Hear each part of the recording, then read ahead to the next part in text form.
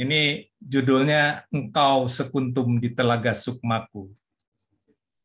Bila pernah di dekatku nafasmu seperti ombak, dan aku terlelap di matamu, tahukah kamu di mana letak cahaya rimba?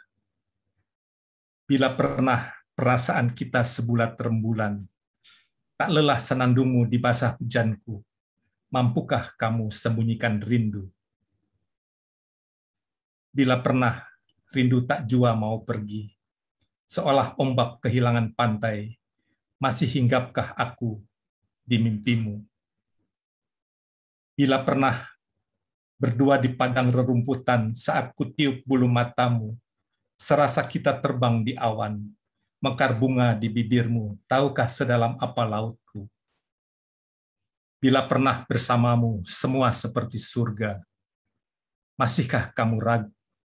Sesungguhnya kamu digubah menjadi perahu telaga sukmaku. Andai pernah dunia membelah kita, izinkan terlelap saja aku di matamu, mengarungi panjang telaga kita.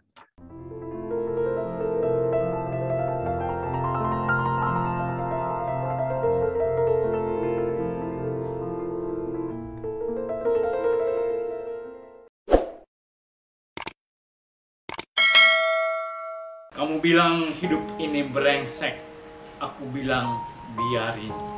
Kamu bilang hidup ini gak punya arti, aku bilang biarin. Kamu bilang aku gak punya kepribadian, aku bilang biarin. Kamu bilang aku gak punya pengertian, aku bilang biarin.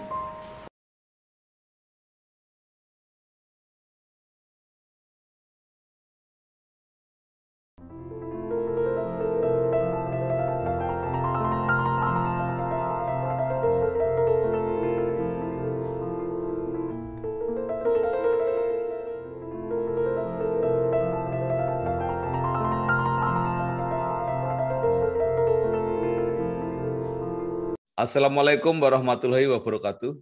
Bersama saya Bambang Sadono di channel Bangsa TV. Channel ini bertekad untuk mencatat prestasi, mendorong kreasi, dan membangun motivasi. Kami sedang menyelenggarakan Festival Cipta Puisi dalam rangka Hari Pahlawan dengan tema pahlawan-pahlawan di masa pandemi. Dan kami juga mewawancarai para penyair-penyair senior untuk memberi inspirasi dan motivasi kepada penyair-penyair muda untuk tetap kreatif, karena yang senior saja masih terus kreatif. Dan saya sudah bersama dengan Dr. Handrawan Nadesul. Apa kabar, Dok? Ya, sehat. Terima kasih, Mas. Sehat. Ini dokter ini selain membuat orang lain sehat juga dokter sendiri juga sangat sehat. Nah, saya kan melihat dokter ini sangat kreatif ya, tulisannya banyak sekali, bahkan tulisan-tulisan di bidang kesehatan populer itu banyak di koran, di majalah, bahkan juga di buku, menulis buku. Tetapi dokter tetap terus menulis puisi. Saya membaca sudah lebih dari 1.500 puisi yang dibuat. Nah, dan orang lebih mengenal Dr. Handrawan ini sebagai penyair. Apa yang dokter rasakan? Iya, terima kasih. Salam kenal para pendengar. Ya, saya mulai dengan sastra. Ya. Jadi SMA saya itu walaupun jurusan pasti, tapi menyukai sekali sastra. Jadi bermula dari sekolah lanjutan. Jadi saya sudah menyukai sastra sebelum sekolah dokter. Jadi artinya enggak tahu awalnya sih karena jatuh cinta konon. Tapi kalau jatuh cinta tentu tidak berkelanjutan. Tapi nyatanya saya sampai hari ini masih tertarik untuk, bukan tertarik ya, artinya terdorong untuk tetap menulis. Ya. Jadi artinya puisi itu tidak bisa sih kita dituntut, kita diminta, kita diharuskan, tapi dorongan itu ada dari dalam, saya kira. Jadi di mana-mana dunia kelihatannya penyair itu memang semacam panggilan dalam tanda petik, karena tidak setiap orang betul-betul bisa nafas panjang ya terus menulis puisi. Jadi ada orang-orang tertentu yang barangkali kalau saya ibaratkan dulu itu kan penyair itu pujonggo ya, jadi penasehat raja. Jadi saya kira mereka yang tetap punya nafas panjang itu ya akan tetap ya, bukan tanpa misalnya didorong, dipaksa, diminta ya. Dan saya merasakan itu sampai hari ini. Saya masih menulis puisi. Jadi aneh ya, saya sendiri juga gumun ya, kenapa kok saya itu tetap apa tuh yang tiba-tiba menimbulkan inspirasi untuk menulis itu biasanya apa? Apa melihat situasi lingkungan atau apa sih? Persis ya, seperti itu. Jadi ya saya sih kurang percaya dengan ilham ya, ilham tidak dicari ilham. Jadi kemanapun kita pergi, kemanapun kita berada, kita mungkin tersentuh oleh sesuatu. Panca indera kita tersentuh, ya. Kita melihat, mendengar, merasakan, mengalami, membaca. Ya. Ada sesuatu yang tidak nyaman dalam diri kita. Sesuatu itu apa? Saya kira sesuatu itu, dan saya bisa pastikan itulah kebenaran. Jadi sikap insani setiap penulis puisi adalah menjunjung tinggi kebenaran. Jadi kalau ada yang tidak benar, ada yang serong, nah itu menimbulkan kegelisahan. Jadi istilah saya itu, ilham itu kegelisahan. Kita gelisah melihat yang tidak benar. Kita gelisah melihat yang serong, yang lain dari yang kebenaran. Saya kira itu ya. Tapi kan puisi Dr. Hendrawan ini kan puisi-puisi yang lembut menurut saya. Gimana cara meluruskan apa yang tidak benar itu? Ya, saya ada puisi-puisi sosial karena memang setiap penyair punya tipe sendiri ya. Jadi mungkin saya cenderung seperti Mas Sapardi almarhum. Jadi lebih seperti itu, mengungkapkan sesuatu yang kasar pun ya dengan cara yang tidak terlalu kasar. Ya. Saya kira puisi sosial saya ada ya beberapa. Cuma saya kok merasa saya cenderung terjebak menjadi semacam pamflet ya, slogan dan sebagainya. Kalau kita terlalu nyata ya, jadi susah. Jadi saya kurang begitu menyukai. Tapi kalaupun saya menulis puisi sosial, itu ya tidak dengan cara yang seperti Rendra misalnya, tidak secara Mas Taufik misalnya, tapi ya cara-cara yang lebih, misalnya bangga aku menjadi rakyat Indonesia, itu protes itu kritik kritik. Itu tapi kebalikannya dengan Sajak Taufik Ismail ya, aku ya itu ya seperti itu. Nah, apa yang terus mendorong ya motivasi itu? Apakah tadi karena memang ya ingin menyatakan, mengekspresikan apa yang dirasakan, atau ada motivasi lain? Mungkin ingin meninggalkan nasihat-nasihat untuk generasi muda atau untuk keluarga sendiri dan sebagainya. Ya, motivasi paling kuat adalah saya merasa nyaman dengan menulis puisi. Karena ada pernah ungkapan ketika di awal dulu, ketika SMA, jangan teruskan menulis, kalau tanpa menulis kamu masih bisa hidup. Hidup di sini artinya dalam tanda petik ya. Kita merasa hidup tidak. Hidup dalam hal ini ya secara roh ya. Jadi secara rohani ya, kita masih merasa hidup. Kok saya rasanya kering begitu ya kalau saya tidak menuliskan sesuatu, bahwa secara kebutuhan yang lain sudah terpenuhi dengan profesi saya, tapi ada sisi lain yang belum terpenuhi, yaitu menulis puisi. Dan saya baru tahu belakangan setelah sekolah dokter bahwa otak kita punya dua belahan. Kita hanya terfokus memanfaatkan otak belahan kiri.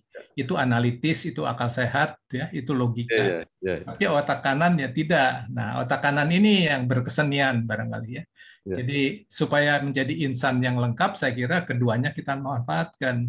Menulis puisi, berkesenian, melukis dan sebagainya itu menajamkan otak kanan. Jadi saya semakin yakin, alangkah baiknya saya manfaatkan itu, dan itu kesenangan saya. Mungkin sampai akhir hidup saya. Bapak ada yang ya bukan aneh ya, tapi itu kenyataan dari bahwa orang-orang yang mempelajari ilmu pasti, ilmu teknik itu suka puisi. Termasuk Pak Taufik juga dokter hewan itu. Betul, betul. Pak Asrul Sani ya juga ya. Jadi penulis itu saya kira lebih banyak yang eksak ya. Jadi penulis ya, tapi yang menganalisa yang kritikus itu bukan dari eksak saya kira. Saya tidak tahu kenapa itu, tapi ada kecenderungan seperti itu. Nah, kalau menurut keyakinan dokter ya, di masyarakat ini kan persentase yang mengambil manfaat atau mengapresiasi karya sastra terutama puisi itu kan relatif tidak dominan gitu. Betul. Ya. Betul. Nah, seberapa besar sebenarnya pengaruh puisi itu? Ya, bukan saja di negara berkembang, terlebih di negara sudah maju pun, walaupun di mana-mana dunia itu bidang apapun kita sekolah, ya. Majornya apapun yang kita pilih, itu kuliah umum itu ada sastra. Jadi mereka wajib seolah-olah bahwa mereka paling tidak diperkenalkan dengan sastra. Di kita kan tidak, ya, seolah-olah sastra itu untuk fak yang non eksak dan sebagainya. Nah, artinya apa? Bahwa sastra ini artinya dibutuhkan oleh siapapun dia, apakah dia insinyur, dokter atau apapun, itu butuh sastra.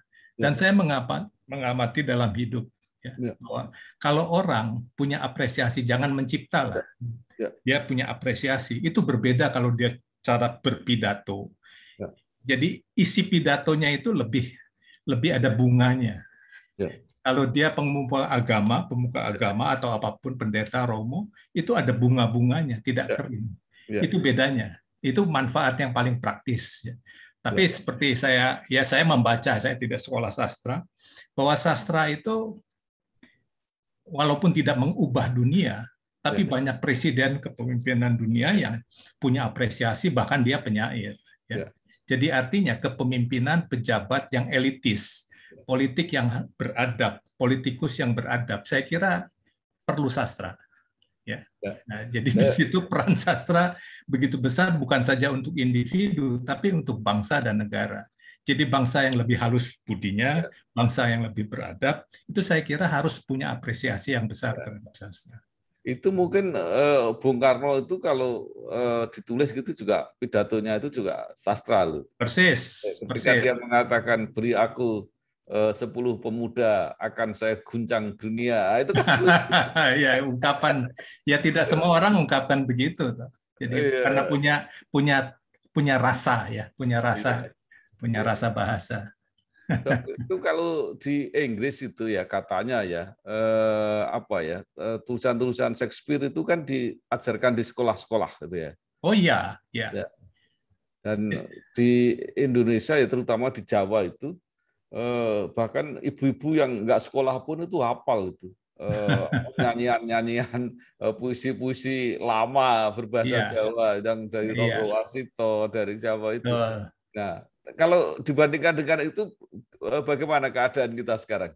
Ya, saya sih agak pesimis ya. Artinya sejak awal 80-an itu kan media cetak kita kan sudah meminggirkan ruang-ruang sastra sehingga tidak lagi bisa berkembang. Kita tahu bahwa teman-teman penyair itu baru bisa aktualisasi diri kalau punya ruang. Ruang itu adalah bacaan, entah itu buku, entah itu koran, majalah. Tanpa itu seperti pelukis, lukisannya tidak bisa dipamerkan kalau tidak ada pameran. Nah, puisi itu juga perlu ruang, tapi sudah terpinggirkan. Ketika saya mengasuh di majalah Hai zaman Mas Arswendo, itu pun begitu. Puisi sastra sudah ditinggalkan, lebih suka musik. Jadi pada generasi itu musik lebih menarik dibandingkan sastra. Tapi sekarang ini paling kurang setelah tahun 2000-an itu menjamur di mana-mana daerah. Ada kelompok-kelompok, ada komunitas-komunitas, terbukti dengan kami menerbitkan antologi dari negeri Poci yang sudah ke-11 sejak tahun 80 sekian, itu animonya besar. Dan harusnya pemerintah melirik ini. Paling tidak Dirjen Kebudayaan melirik, potensi penyair di Indonesia besar sekali. Kok tidak ditampung gitu? Ya, kami sih dengan sukarela saja menampung teman-teman sampai ratusan, mungkin sekarang sudah ribuan penyair. Nah, Indonesia punya potensi, tapi ya sayang karena mungkin kurikulum pendidikan bahasa kita pun meminggirkan kesusastraan. Kurikulumnya kecil sekali untuk jam kesusastraan, lebih banyak tata bahasa. Nah, ini yang juga diresahkan oleh Mas Taufik Ismail. Kita cuma belajar tata bahasa, tapi tata bahasa kita pun tidak baik, sama sastra kita tertinggal. Kamu bilang hidup ini brengsek, aku bilang biarin. Kamu bilang hidup ini nggak punya arti, aku bilang biarin. Kamu bilang aku nggak punya kepribadian, aku bilang biarin. Kamu bilang aku nggak punya pengertian, aku bilang biarin. Wahai langit jiwaku, izinkan aku terus berjalan. Selalu saja terasa indah setiap kali pagiku tiba, melihat embun menitik di jendela, merasa masih punya biang lala yang menyentuh semua senja di saat-saat mengingat pohonku, menyayangi daun-daunmu. Suatu hari aku akan merindukanmu. Izinkan aku masih duduk di sini, memandang awan menyebut namamu. Alangkah sejahtera samudra, tempat dulu perahuku terkatung sendiri. Waktunya kini angin menepi, melipat layar hidupku. Andai hidup bisa terus kubasuh, aku masih rindu berjalan, memasuki ruang-ruang sunyimu, mengenang lagi semua danau, semua telaga, teluk dan rimba, rangkaian kembang rinduku, dulu kukalungkan di matamu.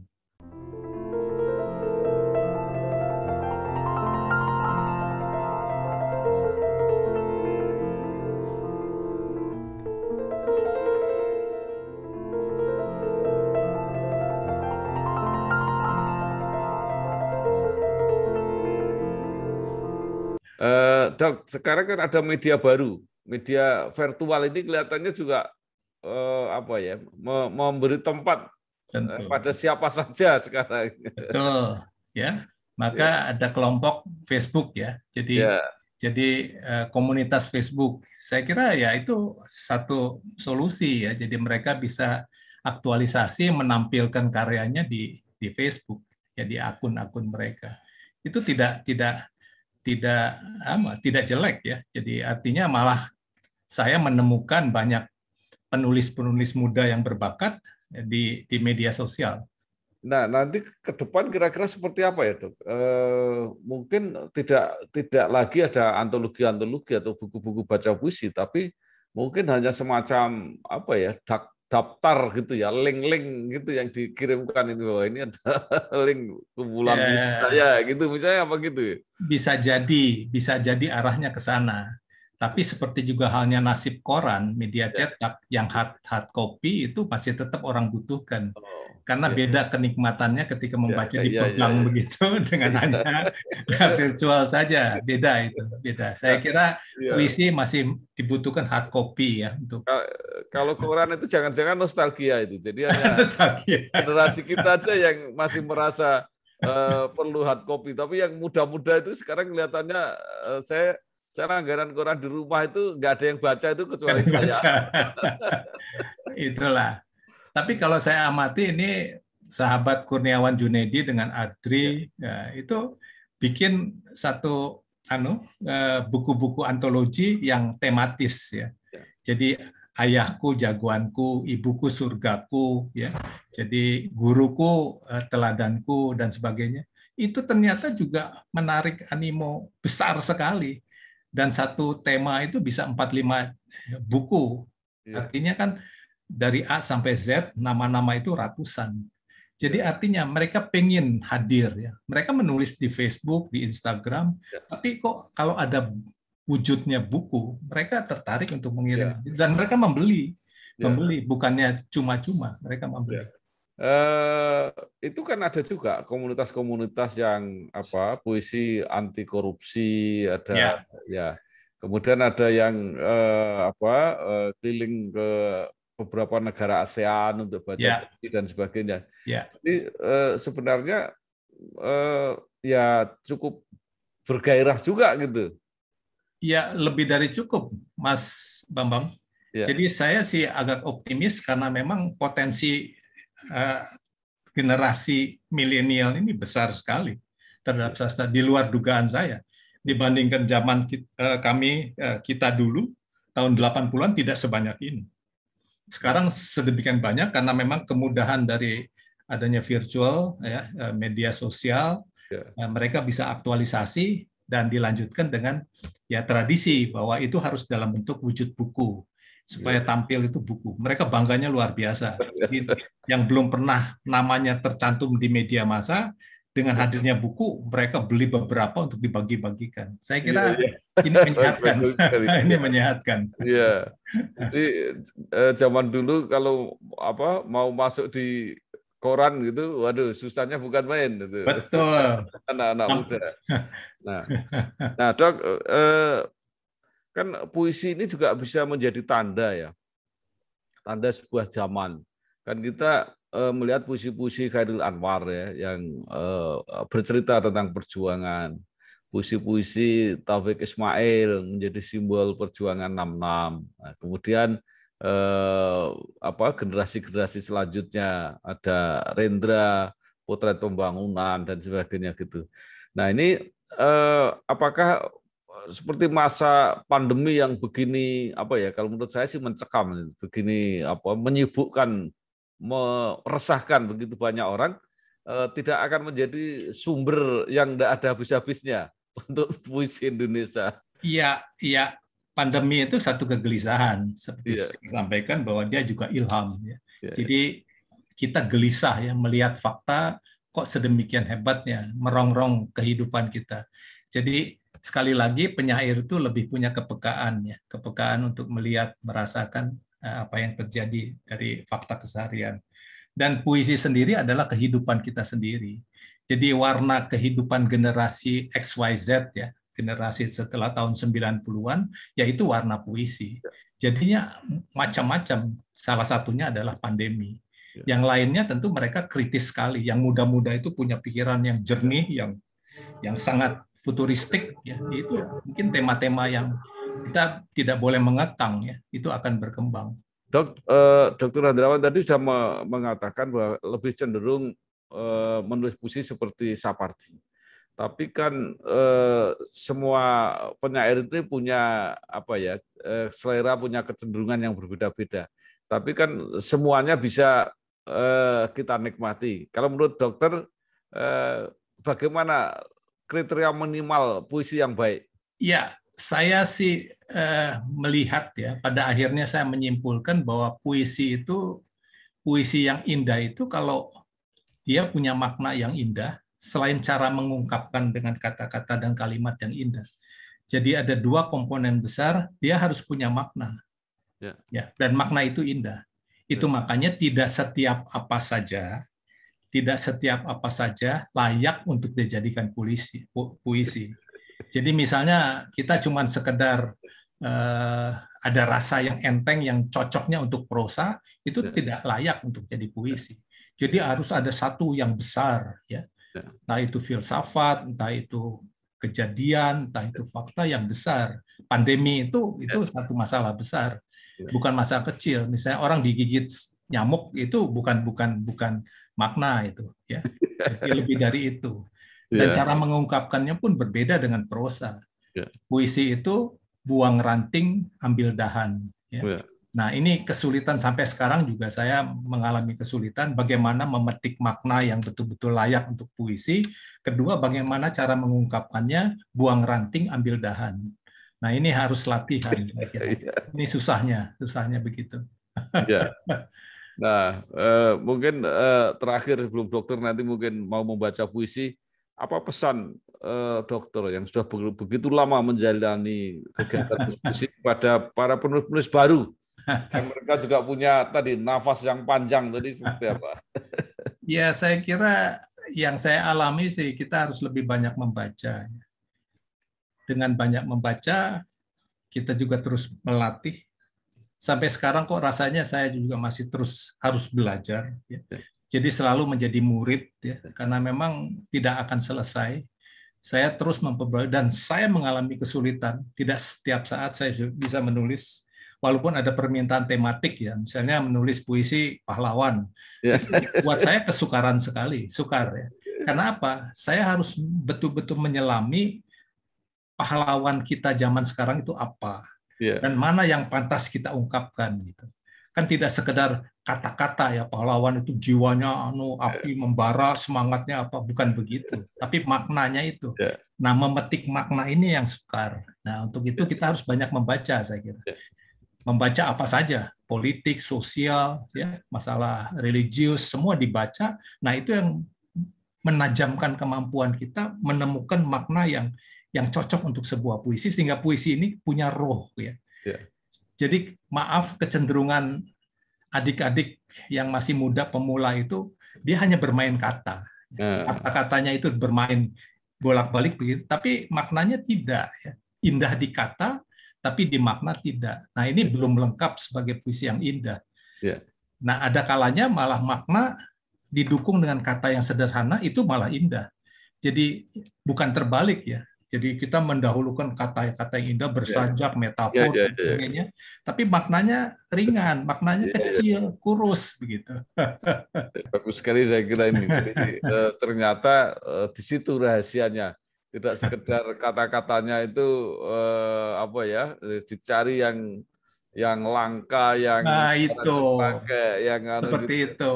Tapi sebenarnya tidak untuk mengekspresikan makna yang besar gitu ya. Betul, tidak mendukung itu. Jadi yang utama adalah maknanya dipetik dulu. Setelah makna terpetik, nah kita baru membungkusnya dengan kata. Terima kasih sekali, Dokter Handrawan Nahdesul. Terima kasih kasih sudah diundang. Menulis puisi dan membaca puisi itu membuat awet muda juga, Dok ya? Saya kira puisi menjadi terapi ya. Jadi memang ada lembaga di dunia yang memanfaatkan puisi untuk orang sakit, untuk terapi. Jadi mengendurkan stres ya, meringankan penderitaan, perih pedih kita jadi kendur karena membaca puisi. Saya kira itu. Iya. Dan kalau itu yang mengatakan seorang dokter, banyak yang percaya pasti. Baik, terima kasih sekali Dokter Handrawan Nahdesul, seorang dokter tapi menulis terima puisi kasih. Bukan sekedar sambilan hobi, tetapi ditekuni sungguh-sungguh. Bukunya banyak sekali, puisinya sudah lebih dari 1.500. Ini koreksi Mas, koreksi. Yang 1.500 itu artikel kesehatan. Oh, tapi puisi saya itu sudah 6 puisi, buku saya, 11 antologi bersama, dan belasan puisi lepas bersama teman-teman. Masih ratusan lah, masih ratusan. Saya kira ini tetap prestasi yang luar biasa. Mudah-mudahan semangat ini menginspirasi kepada generasi muda, generasi milenial. Medianya lebih terbuka, selain buku juga ada media virtual. Nah, mudah-mudahan ini memberi semangat kita. Sekali lagi terima kasih. Terima kasih. Handrawan Nahdesul, sukses. Selamat siang. Berjuang terus, matur nuwun. Ya, sami-sami. Wassalamualaikum warahmatullahi wabarakatuh. Salam.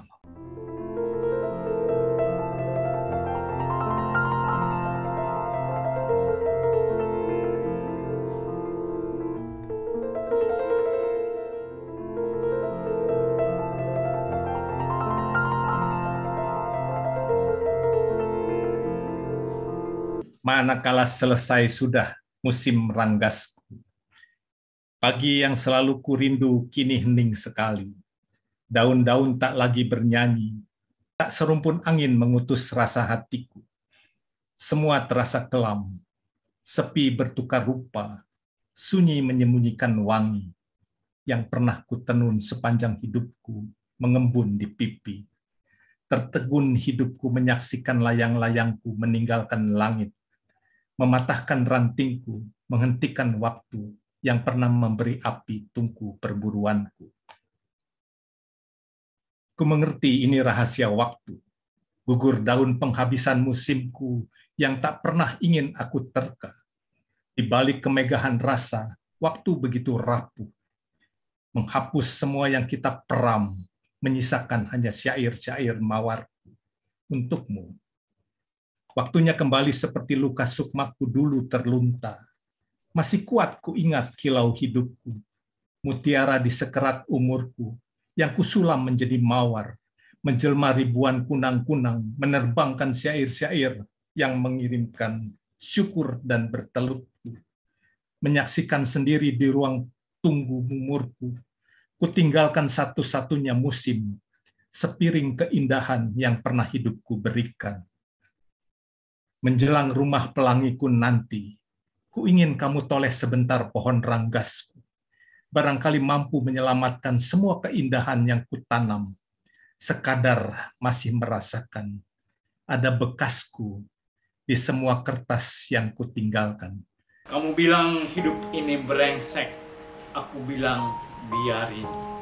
Kamu bilang hidup ini nggak punya arti, aku bilang biarin.